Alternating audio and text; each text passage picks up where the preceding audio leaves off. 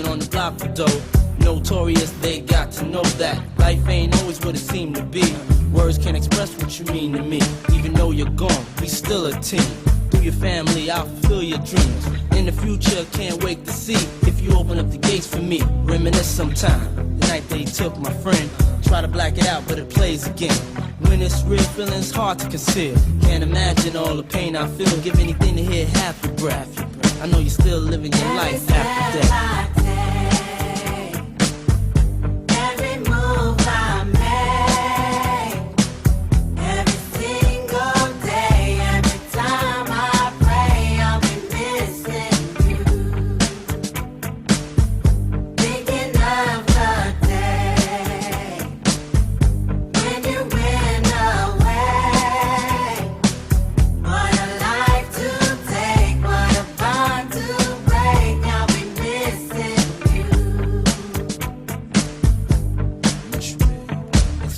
We love you, KJ. We will never forget you. We honor your legacy.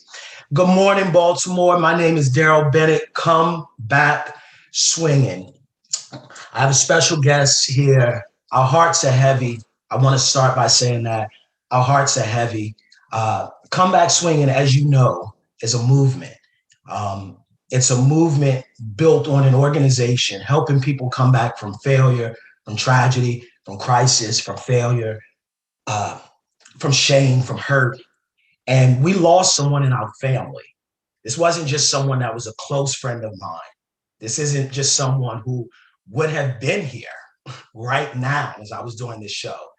This is someone who's a part of the family. And I want to make that clear, because what we're building this on is built on the legacy of what P. Diddy and Bad Boys were doing, what Master P with No Limit was doing, what the church is doing, bringing inspiration, bringing people enlightenment in life, and building family ties. And so this gentleman, and I want to start by saying this, I want to honor his legacy.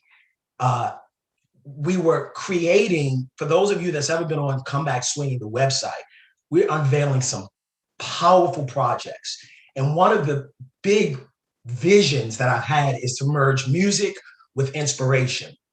And excuse me as my voice is shaking a bit, because I'm still kind of processing this. And we've already put together a number of videos to show to the world. And this brother who's a part of our family, who was killed this week, last week actually, we just found out this week, many of those videos were already taped. So I just want to start by saying that what we're about to talk about on this show is very real, it's very serious. And though he was not going to be on this show, he would have certainly been one of the ones in the background in the scenes helping to put this thing together. So let me start off by saying that I have Isaiah Estrada on with us. Shout out to Isaiah. Isaiah, you here? Okay. I think we might have a little bit of a lag. What's up, Isaiah? Today we're talking about hip hop, the life, and the penal system. We were going to be talking about this anyway. I was bringing Isaiah on because I want us to talk about what is going on, what's happening, not from a place of condemnation or judgment, but what's happening. Is the same tool of music being used? That's being used to make many of us millionaires. Is it also being used to destroy our communities? And how is it intersecting with the penal system? We're seeing so many of our young superstars get gunned down. And of course, what happened to my friend and who's a part of this Comeback Swinging family, KG, who will be laid to rest soon. He's a victim of this. So let's talk about this. Isaiah, what's up, Isaiah? Let's start with this. You and I have had a lot of conversations. You know, I'm kind of processing this because I know you did not know KG. I know your brother did. But we've talked about this often, about hip hop, the life, and the penal system. Let me ask you this. What is the life?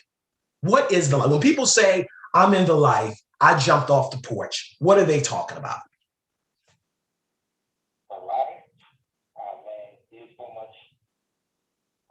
I want you to speak a little louder, Isaiah. I want people to hear you. Speak up a little bit, please. Can you hear me? Yeah, just make sure you speak right. Yes. Yeah, no, I want to make sure people hear what you're saying.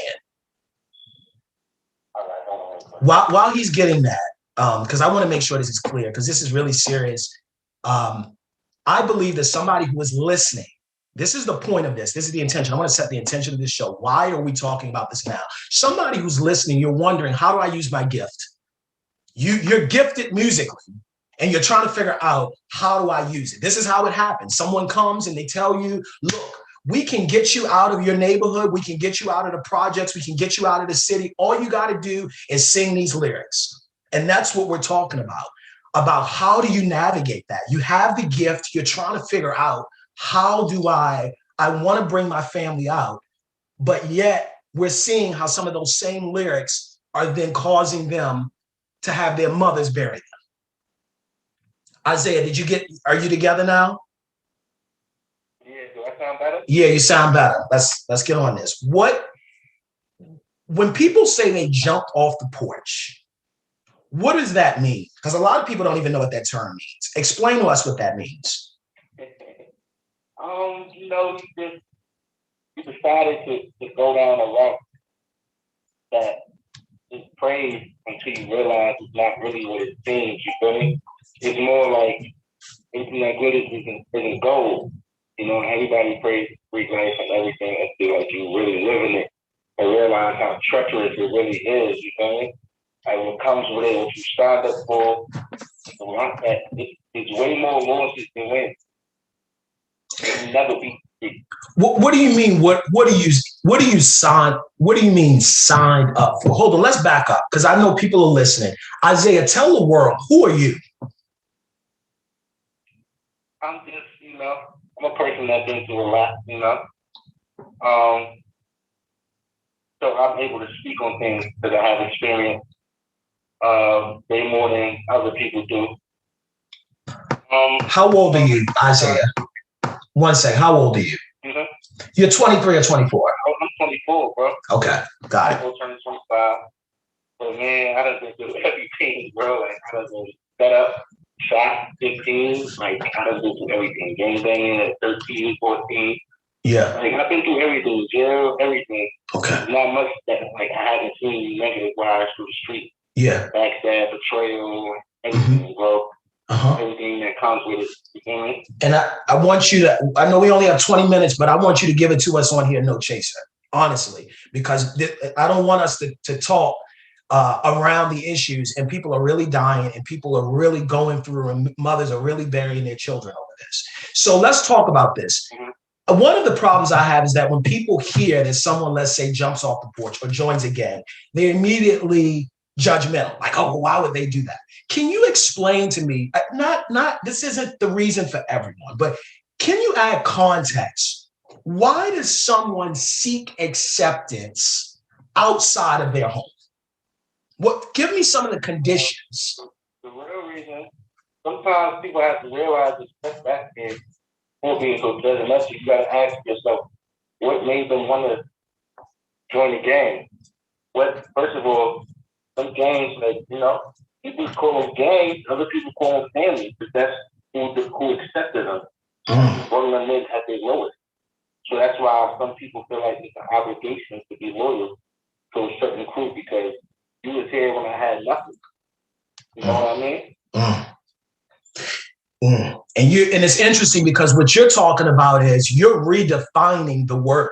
I like what you're doing, because what you're saying is it's how you define family. In our communities, family has never just been restricted to your bloodline. If that were the case, you probably wouldn't have anybody. So what you're saying is let me ask you this. And we know there's personal accountability, and that's why I wanted you on here, because I love the fact that you have such a powerful story, that you're so accountable about your personal responsibility, but you're also a part of moving the needle to change just this narrative collectively. What do you say because they'll listen to you more. What do you say to young people who are at the same crucible that you were at 15? Because you said 15, right? And I know it probably a little before then things would transpire, clearly. But what do you say to them when you're talking to them and they're like, nah, Zay, you don't understand. I got this, this, and this happening. I'm saying, like, I want to tell people that don't have, like, you got people that are selling drugs that doesn't have any felonies, misdemeanors on their record. Like, you don't have to do that. There's so much avenues. I wish I would have realized when I was younger to get money legally, like not even illegal. Like what? Like what? Tell us. Like, first of all, there's so much money you can just make off credit. Like, if you have good credit, you could make money off your credit without even realizing that's like a whole different. That's a whole different lane. That's a whole different. We'll be on that topic forever. I'll break that down. But it's just knowledge, bro. That's what it really boils down to. Is the knowledge. It's what you were willing to know and what you want to know. People want the money, but not realizing. How about to have Bill Gates mindset and money? That mindset gonna always get you that money. You know what I mean? And that's a mindset you kept. You could blow the money. Yeah. Yeah. People who are not used to the money, they're just blowing it. It's just, look good. I'm popping bottles. I'm smoking weed. I got money. It's not really money though, bro. Like, it's not. It's iotas compared to what we really can get out of it. Yeah. Yeah, and that's why and plug here for people who are listening. I want you to go to comebackswinging.com. That's why we're talking about jobs and justice, because you cannot talk about systematically rejiggering the social structure in this country without dealing with economics, because that's what you're talking about. Empowering people to understand what is credit. A lot of people don't even understand what credit is, or they've been taught that credit is a bad thing or that debt is a bad thing. Now, I know you, Isaiah, you've transferred. I want to use that word. You've transferred the skills. So the skills that you learned in the street, you're now, what's your hustle now? It's eyelashes, right? You have a whole eyelash business. Lashes, hair, everything. Honestly, I wasn't even going to say nothing about it, but I'm in there like process in really, like, they started talking business. I wasn't even going to speak on it, but Yeah. No, but I think it's important for people to hear that though, Isaiah, because I admire that. What you are this is what comeback swinging is about. It's about how you take what you have and you pivot. That's what I want people to hear. Like you literally took that same skill set where you were selling or doing whatever you were doing in the past, and you shifted to that, and now you're making money legally and making more of it. Let me ask you this. People have to realize, though. No, go ahead. People have to realize when you're ready, when you're tired of being tired, that's when you want to make a change. If you have the mindset, the mind frame, you want to change for your surrounding environment. And certain things is easier said than done, Bill. Like, you got to understand, certain people live in certain environments. They don't have a chance to change the environment, to change the surroundings. Because things why we always get in trouble with street places and things. Those three things is the reason we always get in trouble. People, places, and things. And people have to realize sometimes it's easier said than done to do this and the third. As this is the environment you live in, you got nowhere else to change the environment, to change, to have a fresh start, this and the third. What if you did nothing but bad in that neighborhood? You want to change that, but the tags won't catch it. Okay. It's always good. Like, if you're doing what you're doing out here, get your money and separate. Get out the way. Get out the way. Change your focus. Change your lane. Do what you got to do to elevate, force yourself up to the next level. People, places, things. You got to have the mind frame and the mindset to want to change. If you don't, you're going to be stagnated. People, places, things. Now, I want to make sure we don't get generic here. Let's delve into this. I mean, I know we only have 10 minutes, but I want to give people concrete solutions, Isaiah. Talk to the person who says, yeah, Isaiah, I changed my environment. That sounds good, but I'm 14.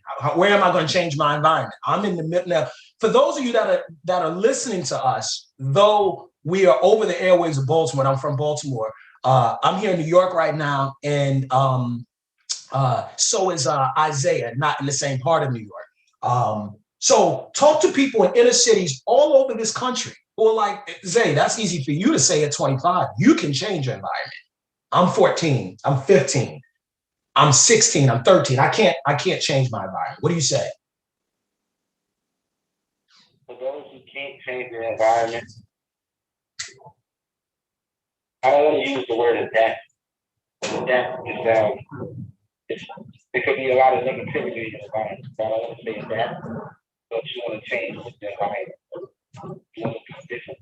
Like everybody is everybody want to be gang. Nobody want to be this and the third. Like really, it's more thing always telling you to get a job, something like this. But if I have to say anything, it's be different. You know, don't be afraid to be ridiculed because you want to be yourself. The hardest part that people didn't realize is being yourself is what doing way less stuff. Like now that I've looked back on my life, I wish I was a nerd. I wish I went down a certain path. So I wouldn't have to experience a lot of situations I put myself in. That I walk on myself. You put yourself in. That's a lot of stuff the people you be around, it's not always gonna be like I have like day one right here and there is like tons on you. This switch in lane, you got a third and I had to just deal with it. I had to go with the punches because this is where I found up for. You don't have to stand up for it if you don't want to. You don't have to. You have to stay in the deep. I want to return to something you said, Isaiah. Yeah, I'm sorry. I didn't know. I want to return to that question for people that are listening. You can change your environment. You may not be able to change your geography. Listen to me. You may not be able to change where you live. I'm not saying that. You may not change that immediately. But your environment is more than just that. You know, and you're talking about that, Isaiah. Your environment are the people you consciously choose to surround yourself with. Your environment. I think about that with I was blessed that even though I may have had one geographical environment growing up, my mother created a different environment through the books, through the learning, through, the church created an environment. The scripture says that the name of the Lord is a mighty strong tower and the righteous run in it and are saved. So I want people to understand that your environment is bigger than where you live. That's a part of it. And yes, that affects. And I don't want to deny that, but I want you to know you do have power to change some of the aspects of your life. Isaiah, we're coming in the last 10 minutes. And I want to ask you this. Really, this was supposed to be the theme of the whole show, music and the penal system. We kind of stopped at the life. But let me ask you this. Why is it cool, and I'm going to put myself in this, to glorify, I don't want to call it gang life, but let's call it street life. And why is that the music that's the most popping? I'm going to put myself in that. I mean, the beats are popping. It's like you put a gun in a song, you put some lean, you put something else. You don't even have to put women in it anymore. You put a nice beat and it goes viral. Why are we drawn to gang life, even if we're not in it? I'll backtrack just a little bit.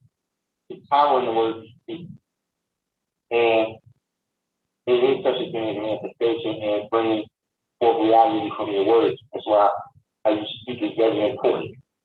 Now, if you put that into a song, and now you constantly hear the song, it's now a hit song. Like, I know you listen to certain songs before you do certain things. It gets you in a certain mood. I want to sit there and go to a barbecue. What we going to play? We're going to play 90 songs. We're going to play some vibe music, right? Not necessarily. Not anymore, Isaiah. Now they're playing at the cookout. You know what I mean, though? Like if we going to like a old, but if we're playing music as Bible. If we go to a barbecue, right? Barbecue music. You know what I mean? I don't agree. My point is people use the music the way they want now. So yeah, one person goes to a barbecue and plays relaxed music. Now the music overall, I don't think everybody's playing that. No, I think that's what we're talking about. Why is the music become more intensely, and I'm talking a specific type of music, I'm talking drill music, and that's the type of music that is really the new face of hip hop. And I don't feel like they're looking like you can't say drill music because it's a violent music for attention, but forever, you know. But not even rap. Drill is more like the UK beat. That's what people be rapping over and all that. That's what I just did a drill. But to be honest, it's your agenda, bro. Like this is what sells. Violence sells, game sells, a certain image sells. That's why certain people don't make it in the industry because they don't fit the criteria that they want to push. So violence sells, bro. What? So two questions I'm asking. First of all, why is that? And well, let's go to that first. Why is that? Why is it easier to go viral with a gun and a bottle of Henny than it is to go viral on a beach saying you can be great sitting here with me? Because nobody wants to hear that, bro. Even the people that do want to hear that is way less of them than it is of ignorance. Ignorance is sells, bro. Ignorance sells. That's the thing, bro. And you know the biggest consumer in America is black people. And what the black people have in order to use it for the most part is buying is ignorance, bro. Like, you know, but yeah, I think it's so much deeper than that. In daily life. Yeah. So yeah. They want things that, you know, piggyback over it. Yeah. Yeah. I think it's so hard to do this in 30 minutes. There's so many other things that are happening. And one, I don't think sitting on the beach is necessarily not ignorant either. The point is, and this is what we're seeing, we cannot deny the facts. The facts are that, and this is not to demonize the type of music. We want to make people aware that music switched from, I'm talking hip hop, not just, you know, cars, clothes, jewelry, women, the stuff that when I was younger, people would say, y'all shouldn't be talking about. We are seeing from 2008 to 2020, Chicago, New York, the DMV area, it is the law enforcement is attributing specifically drill music to spikes in violence. 2020 was one of the most violent years in New York City and Chicago. And it is no question that it is linked to the fact that both of those cities are the hubs of this new type of drill music, where the Pop Smoke, the FBF Ducks, the Chief Keefs, all of that. So we are seeing a connection. And this is why I want to use this partly to blow the horn. This is not just music, people. This is not just music. It is an agenda with a message. And I don't want to say that people who are singing it necessarily know the agenda. Sometimes they just want to get their families out of the hood or out of their circumstance. But there's an agenda that's happening. I'm not quite sure the intricacies of it, but it's something deep happening. And I think we need to expose it. It's definitely, I feel like it's putting in, it's a play, I feel like it's emotion. But for us, our color, it's stagnated, man. You got little girls in the book, baby, you're like 20 years old, Yeah.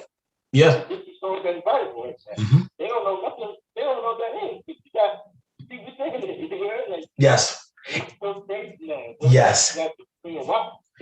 I'm like this song. I'm not bashing songs. I like songs, but like it's the yes. You know, age area nowadays. If you go on with school, no matter what age, go.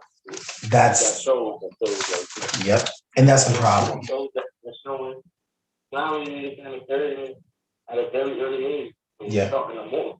You know? Yeah, and that's part of the. I know we have to go here. Let me just say this: that's part of the issue for anyone that's listening.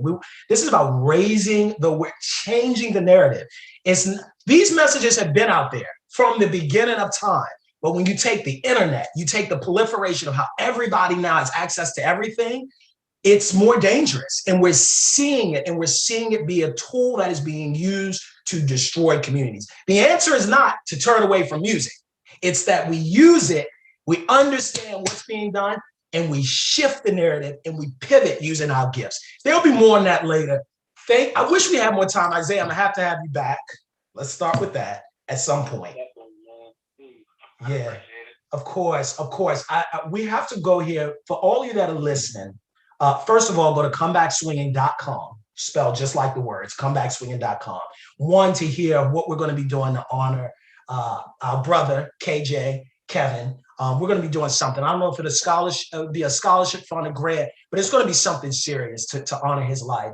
Also, if you want to get involved with the work of helping people and changing the narrative of people who've coming back from failure, from defeat, from loss, from systematic injustice, you need to go to comebackswinging.com. Thank you all. Thank you, Bishop Johnson, for giving me this platform. Baltimore, I love you. I love you. I love you. And thank you all for having us. Darrell Bennett, Come Back Swinging.